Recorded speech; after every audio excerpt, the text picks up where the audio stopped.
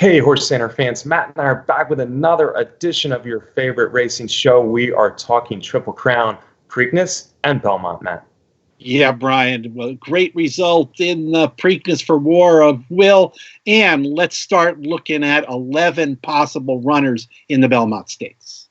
I also want to talk about who is the best 3-year-old in the country now, Matt, because I think that's wide open. We'll also take a quick look at the Gold Cup and some of the other stars from Preakness weekend, all right here on HorseCenter. Watch it.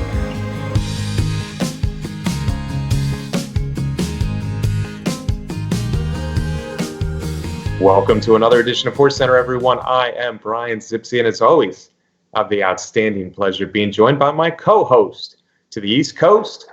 That's Matt Schiffman. How are you today, Matt? I'm good, Brian. We're 2/3 through the Triple Crown, and now we're heading to New York. So I hope to see all of you, including you, Zipsy, in New York in a couple of weeks. Well, you know, Belmont Park is one of my favorite places, Matt. But first things first, let's try to make some sense of this crazy Triple Crown so far. 2 legs in, as you say. Baltimore, War of Will. War of Will was the winner, Matt. Certainly no surprise, but I thought he was one of many who could have won the race. But he really bounced back from obviously a tough trip in the Kentucky Derby, where he, Matt, was the horse that was bothered the most when Maximum Security came out, nearing the stretch of Churchill Downs Kentucky Derby. Yeah, guess I feel a little vindicated if we go back to some shows way back in March and April and February, when I was very high on War of Will. What we saw in those his first two victories there on the Derby Trail at Fairgrounds, he was doing everything that was necessary to win a big race on the in the Triple Crown, and he finally did it through all kinds of stuff going on, through that strange Louisiana Derby and the legs, and then the even crazier Kentucky Derby. So it was kind of nice to see War of Will get things his way and get back to doing what he did, which is win. Yeah, Matt, it's funny. Everything that went wrong in the Kentucky Derby for him, it was very similar. He drew the rail again in the Preakness, and kind of everything went right for him this time. He was able to stalk a solid pace, sit there comfortably under Tyler Gaffleon, wait, and then things opened up for him on the rail. And by the way, they were saying the rail might have been the better part of the track, so it really vindication in more ways than one for War of Will, not only to prove that he is one of the best 3-year-olds in the country, but also trip to trip, Kentucky Derby versus Preakness. It really turned around for the Son of Warfront. By the way, good-looking Son of Warfront, Matt. I think he's looking better all the time physically, and that's kudos to Mark Casse and staff. Of course, Mark Casse was resolute in his belief in this horse, and I really liked what he had to say after the Kentucky Derby. He was just really thankful that his horse came back safe and sound after that crazy Kentucky Derby, and now he's a classic winner, Matt, and certainly one of the best 3-year-olds in the country. Everfast was a horse hard to like on the past performances. He was a lot lower than I thought he should have been going into the Preakness. But he got a good trip coming from way back, rallying up the inside. He was second. The other horse I thought looked like $1 million in the post parade of the Preakness, Matt, was Owendale. And I tell you what, not to take anything away from War of Will, but if you're one of those people who says Owendale was as good as the winner Saturday in the Preakness because of his trip, he went really wide. I thought Owendale ran a very good race in the Preakness to just miss second as well. Yeah, I think he ran a great race too. In my mind, I don't see him, having run a race comparable to War of Will, but that's a separate thing. And hey, what are you going to do with Everfast? It's Dale Romans, and you never know what you're going to get with Dale. And if you go back and look at the PPs, I guess his race in the Pate Mile was a little bit better than than the couple races before. Maybe a little bit better. Maybe he was turning the corner. I guess he was. But I didn't use him. You talked about his price being lower. But then again, Brian, a lot of horses, prices were lower than we expected, which seems to be the trend these days in the Triple Crown races. Yeah, and you got a good price on the winner. War of Will had higher odds than we suspected. So for those that cashed that win ticket on War of Will, well done. For those who cashed anything with Everfast below War of Will, really well done. I thought Warrior's Charge and Laughing Fox also ran very well coming from Oaklawn Park. Warrior's Charge hung around for a long time, setting a solid pace in the Preakness. He was fourth. And Laughing Fox, much like Owendale, he was wide. I think he might have been bothered, actually, by Bodie Express, who dumped rider Johnny Velasquez, bucked him right off as they came out of the gate. So Laughing Fox wasn't that far from second place, even. A good run from Laughing Fox with trainer Steve Asmussen. Improbable, another twist of fate. Win, win, win. Bourbon War, always mining. The list of horses that disappointed in the Preakness was pretty long. But all kudos to War of Will, and I have to say I'm happy for trainer Mark Casse, who I think is one of the nicest guys in this business, Matt Shiffman. Yeah, and I think that's an interesting note that you said right there, Brian. The list of horses that disappointed was pretty long, and then once again, as we talked about, it was a horse from the Kentucky Derby that won the Preakness. A Derby horse won the Preakness, and new shooters ran second, third, fourth, and fifth. So interesting. All right, Matt, this brings us to the next question. Now that we're 2/3 of the way to the Triple Crown, we're not exactly sure what's going to happen in the Belmont yet.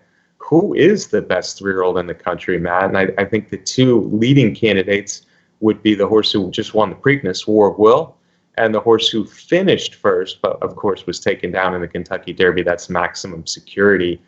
I think people are pretty split right now as to say who would be the 3-year-old champion if the season ended today, or who's the better horse.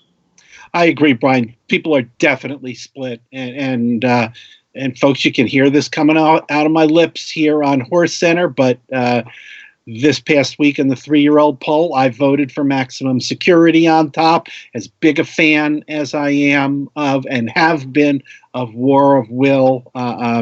I saw him. I was at Monmouth Park on Saturday on Preakness Day and saw Maximum Security. And I'll tell you what, folks, I was just wowed by his physical stature. This is a horse, Maximum Security, that is built. He's wide and he's solid and he's got some legs underneath him. So I think he's.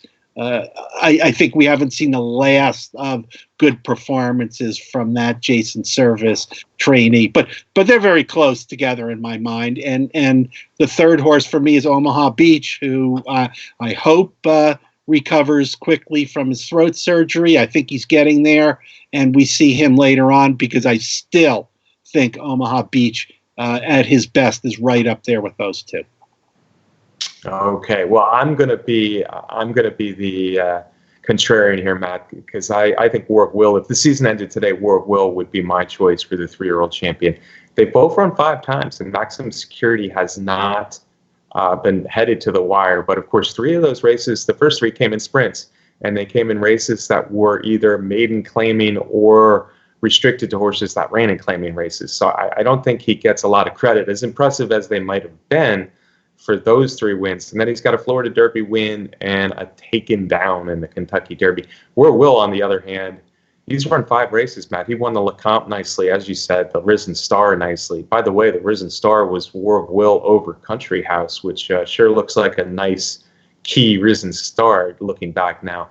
Louisiana Derby, strange strides out of the starting gate, and he didn't fire. Kentucky Derby, Matt, who knows? Who knows? You said it last week, how much of a powder keg he was sitting on, Tyler Cavleon was sitting on, when War of Will wanted to go after Maximum Security in that Kentucky Derby. And then a nice win here in the Preakness. So those 3 graded stakes wins compared to 1.5 for Maximum Security, taken down in the Kentucky Derby. So War of Will is my number 1 right now, but I hope Maximum Security comes back good this summer, and we really get a lot of these horses racing each other. Of course, there's a bonus money put out there by Gary West, an offer to the horses that he bothered in the Kentucky Derby, if you will. $5 million per horse if they finish ahead of him. They have to put up some money too. It's going to go to charity. It's an interesting idea, and it could make for an exciting event if it happens, but we'll have to see on that. Omaha Beach, yeah, I agree. He's right up there. He's got those 2 nice wins at Oaklawn Park. Country House, you know, he won his maiden in crazy impressive style, and then he's hit the board second or third in 4 straight graded stakes, and he got put up in the Kentucky Derby. So I think we still have to have him on the list as a horse who hopefully will be back soon too after his cough. Tacitus, Matt Tacitus is 2 for 3 in the Kentucky Derby. Didn't get the best trip. Got put up for third. Code of Honor won the Fountain of Youth. Had some trouble in the Kentucky Derby as well. Put up for second. So there's a good list of 3-year-olds. For me, War Will. For you, Maximum Security, though. That's for sure. All right, fair enough. Matt, that brings us to our next segment here on HorseCenter. And of course, we want to start talking about the third leg of the Triple Crown. That's the Belmont Stakes.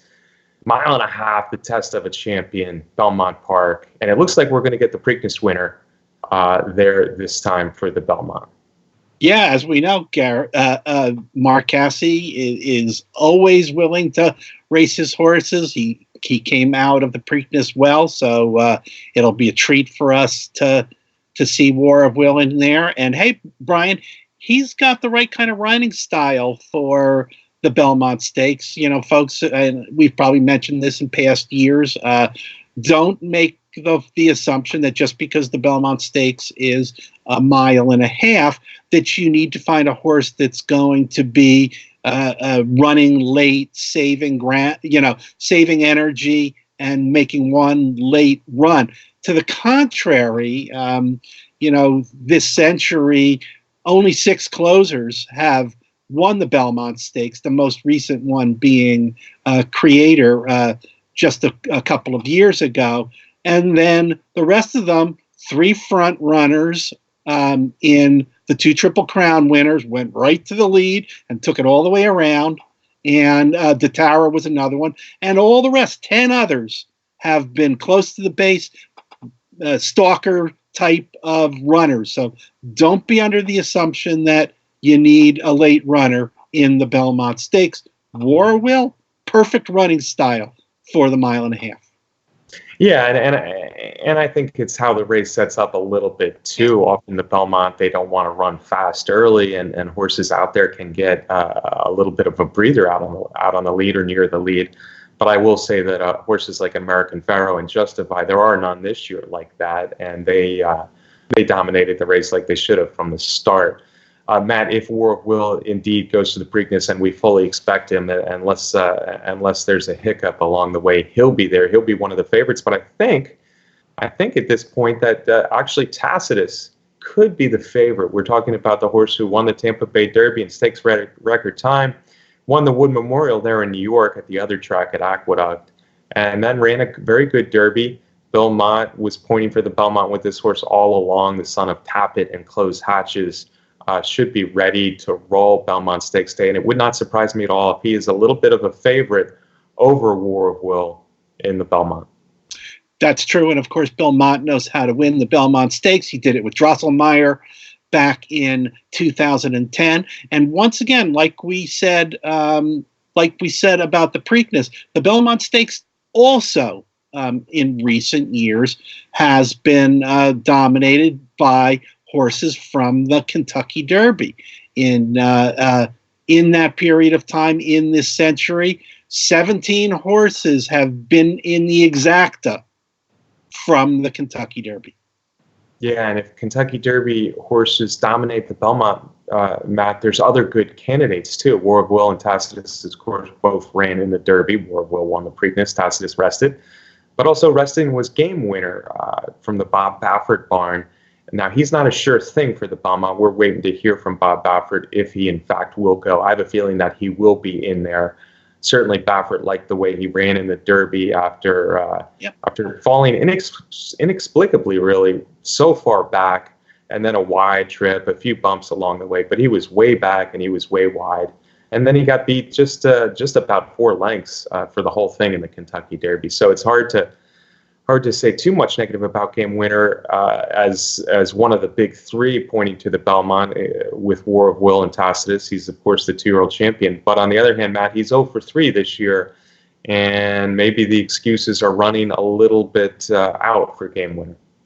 Yeah, that's for sure. And you know, folks, not to sound like a broken record, if he's in the race, because he is a Bob Baffert runner, and he was the champion 2-year-old, he's probably going to be overbet in there. But again, he's run well in all 3 of his races against some very good horses.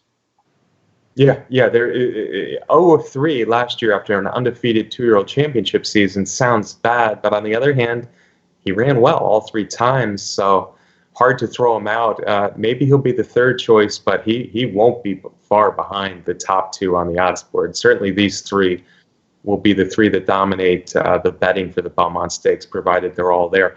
Other horses coming out of the Kentucky Derby, Matt, Master Fencer, Spinoff, and Tax. Tax is an interesting long shot because I just love his breeding for a 1.5 miles. He's Arch out of a Giant's Causeway mare. Spinoff, I liked as a long shot a little bit in the Kentucky Derby. Didn't run a lick, and Pletcher said, well, he didn't handle that sloppy track, but son of hard spun out of a Gone West mare. I'm having trouble understanding why he didn't like a sloppy track. But then you got Master Fencer, who's probably going to be the 4th choice in the Belmont because everybody's going to see what he did rallying up the rail, Matt, coming from way even farther back than Game Winner on the backstretch, and then just flew up the rail in the Kentucky Derby. I think people are going to want a piece of this Japanese horse, much like Lonnie, who ran well in the Belmont a few years ago. Yeah, I agree with that, Brian. He was a big surprise, running 7th, getting put up to 6th in the Derby, and I think they know how to train horses for the 1.5 miles. His connections say that, you know, coming over here, they maybe had their eyes on the Belmont Stakes ultimately a little bit more than the Kentucky Derby. So interesting one in there. Yeah, he does not fit what you were talking about running style of most Belmont winners, because it really looks like this horse, even if you look at some of those Japanese races, has little early speed and just likes to kick it in late. So on the other hand, you know, foreign horses often are trained to run longer than they are here in America. So a horse certainly not to be thrown out. I guess we can't throw out Everfast. It looks like he'll be back for the Belmont after his really nice run in the Preakness. Sir Winston rallied nicely in the Peter Pan as a bit of a long shot to be 2nd. He's got some good rallying performances. Intrepid Heart was disappointed and went 3rd in the Peter Pan, Matt, but he's really bred for the Belmont with that Tappet blood, and also being a half-brother to Commissioner, who ran so well in the Belmont. So maybe the trip in the Peter Pan wasn't the best, and he's a horse to watch out for. Owendale is a maybe. Bourbon War's a maybe. Like we already said, Owendale was the one who really ran big in the Preakness. Yeah, and Bourbon War in Preakness was a big disappointment, but from my eye, his race was done before the race even started. To me, he looked really hot and washed out before the race, and his rider had his legs out of the irons for 5 minutes or so before the gate, which is always a sign that the jockey is trying to get the horse to relax and calm down. They had put blinkers on the horse for the first time. Maybe that was what got him stirred up in there, or the crowd, whatever. But in my eye, he didn't have a chance in there, and he ran that way. You talked about Intrepid Heart and Spinoff. They're both from Todd Pletcher, and he's done quite well with horses skipping the Preakness and eyeing the Belmont Stakes. Okay, so that's 11 horses we see as potential Belmont starters. There's probably going to be a horse or 2 that gets added to this list as we get closer to the race. No Maximum Security, no Country House, no Code of Honor. Who else, Matt? There's a few that won't be here, but still this list, again, led by War of Will, Tacitus, and Game Winner, would be a nice addition of the Belmont that we would look forward to. And Matt, I want to say this one more time because I wish I bet or maybe I don't, because Owendale didn't get up for second, I think, in unlucky fashion. But I wish I'd bet the horses that I saw look the best before the Preakness, because that was War of Will and Owendale, two horses who seem to be physically flourishing as we move through this Triple Crown. Yeah, and I wish I had had time to go and cancel my tickets that had Bourbon War on them by looking at the horses before the race. There you go, and you know, there's nothing that's to be said that you can't wait a little bit and watch those horses. Sometimes in these big races we bet too early, and that gets us. But anyway, all right, Matt. This week, of course, we're going to talk about the Belmont a whole lot more the next 2 weeks on HorseCenter. But this week, I guess the biggest race of the week happens on Memorial Day Monday, the holiday out at California, Santa Anita. You know, Matt, ever since Giftbox has joined John Sadler's barn out in California, we always knew he was talented when he was with Chad Brown, but he never really put it together. A long layoff, 2 races out in California for Sadler. I guess one was late last year, where he really ran a nice race to win a hard-fought victory in the San Antonio over the ill-fated but very good Battle of Midway. And then in the big cap, Matt, he won a ding-donger over McKinsey. We know what McKinsey has done since. So Giftbox is the horse to beat, certainly, in the Gold Cup. Yeah, that's for sure. And it looks like a small field is likely for the Gold Cup. And it's worth saying that Giftbox, when he won the big cap, that was on the newly conditioned and changed and much deeper Santa Anita racetrack. So we know that he likes that kind of course. It looks like, and I guess I was a little bit surprised to see that Vino Rosso is a probable for the Gold Cup, shipping west for Todd Pletcher. And I guess one thing we can say is that we know Vino Rosso runs well on those deep tracks, like in New York, but for me, it's hard to know which Vino Rosso is going to show up. The winner of the Stymie, he looked really good. I didn't think the Carter was a very good spot for Vino Rosso, however. So, he's worth considering out there. We got Core Beliefs returning home for Peter Urton, with a nice win in the Oaklawn Handicap, and Lone Sailor, who was second in the Oaklawn Handicap, but he didn't win very often. Got a lot of nice seconds and thirds. So to me, Giftbox is definitely the horse to beat. Yeah, Giftbox will be heavily favored off those 2 nice wins out in California, but I think it's an interesting race, and I think somebody will step up and give him a real race in here. Maybe Vino Rosso's the horse to do it. The Carter was a strange spot, dropping down to 7 furlongs. He didn't run badly, but he was late to the party, kind of kicked it in the last 50 yards to be beaten maybe 2 lengths by the top sprinter World of Trouble that day. Maybe that's a good prep. We know he can handle 1.25 miles, and sometimes horses, East Coast horses, go out to California and do really well. So we'll see on Vino Rosso. Lone Sailor, yeah, he's been knocking on the door a lot, and his last race was excellent, went second in the Oaklawn Handicap, just missing the Quip. So that was a good performance. We haven't seen Core Belief since the New Orleans Handicap, but real nice performance there after a layoff. So Core Beliefs is another horse who could pop up into this division as well. So Giftbox, and then 3 interesting horses who we'll see who pops up. But that's the Gold Cup, probably a few more long shots in there as well. And again, that's Holiday Monday. Matt, before we wrap this show up, I do want to mention some of the bigger things that we saw on Preakness weekend that weren't in the Preakness. And I think we need to start with Catholic Boy, who hadn't run 2 starts back. He won that Travers beautifully. And then, of course, he didn't run with just an awful trip early in the Breeders' Cup Classic. Long layoff. And we see him win the Dixie back on turf. Yeah, and, as you said, Brian, it was a long layoff, and he had every right to come up a little short in a big field on the turf. It was a pretty good field, but that was not the case. Catholic Boy, workmanlike fashion. He showed a lot of guts down the stretch and got a win on the grass in the Dixie, and now they're looking at the Suburban on July 4th week for his next start. That's 1.25 miles on the dirt. We know he loves those long 10 furlong races. You gotta love this, Brian. Grass, dirt. They're getting ready after the Suburban for the tackling big Grade 1 races down the line. And hey, I think he's a viable candidate for some Eclipse Awards. He's a viable candidate for anything, Matt Shipman. I mean, let's get real. He's a graded stakes winner on turf and dirt at 2, a multiple graded stakes winner on turf and dirt at 3, including Grade 1 races on both surfaces and back-to-back races. And then, yeah, this was a tough little spot. The Dixie, was Grade 2, shorter maybe than his best distance, but again, he showed what a fighter he is, and just a horse who really wants to win.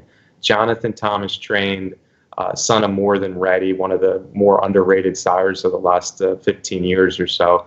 Catholic Boy's already got a stud deal now. We found out to go to Claiborne Farm, one of the top stud farms in the country, but he's going to be around this year.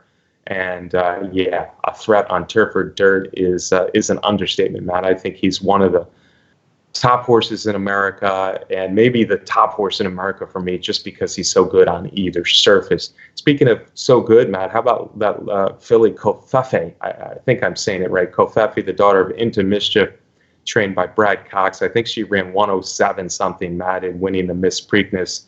Obviously a big talent there. Yeah, that's for sure. Brad Cox, trainee, 107 and change. Granted, the track was playing pretty fast on that Friday, but still, it's been fast lots of times, and that was a very, very, very long-standing track record that Kofefe broke there. So, be interesting to see how that horse does moving on. Yeah, we'll see her in big female sprints coming up this summer, that's for sure. I also want to mention Point of Honor. The Black Eyed Susan may have been just a bit of a yawner compared to the Kentucky Oaks. There's no Bellafina, there's no Serengeti Empress, certainly the leaders of this division. But I think Point of Honor, she's a horse I liked when I saw the maiden race. George Weaver, you don't hear George Weaver a lot in the biggest races in America, but an awesome trainer who's had a really good swing of 3-year-olds this year. And this filly, 3 or 4, like Kofefe, she's 3 or 4 lifetime. She didn't get in the Kentucky Oaks. I wanted her in there because she would have been one of my long shots. She won the Black Eyed Susan nicely, Matt, and I think she can compete with the top 3-0 fillies in the country. Yeah, and certainly we're hearing George Weaver a good bit this year with Vekoma and Tax in his barn. Also, no doubt that we'll see Point of Honor in some of the big 3-year-old filly races in New York, maybe at Belmont, probably at Saratoga as the years goes on. Daughter of Curlin. Brian Curlin had a big, big weekend with 3 big victories at Pimlico. Yeah, Curlin had a big weekend, and Warfront had a big weekend because, of course, he's sired War and Will, the Preakness winner. Warfront is also the sire, Matt, of Omaha Beach, as you know, so quite a year for the sire Warfront. All right, Matt, that's our show for HorseCenter. We're going to be back next week talking a lot of Belmont Stakes for everybody out there watching, so we look forward to that. Can I get a parting shot from you, though, sir? Yes, absolutely, Brian. We're heading into the summer, and we'll have lots of our usual rundowns as the field firms up more on the Belmont Stakes, wagers, full field analysis, etc. And, of course, I want to thank our producer, Brett Workman, for putting together the show. Thanks to Brett. Thanks for watching. We're also going to be talking about some of those great undercard races, too, the Met Mile being the big one, but there's a ton. What a card they put together for Belmont Stakes weekend. Thanks as always for watching, folks. We also need to thank our sponsor, the best contest site out there, Derby Wars. If you haven't yet subscribed to our YouTube channel here on Horse Racing Nation, I urge you to do so now so you never miss another episode of HorseCenter. That's it. We will see you next week right here on your favorite horse racing show. Thanks, Matt. See you next week, folks.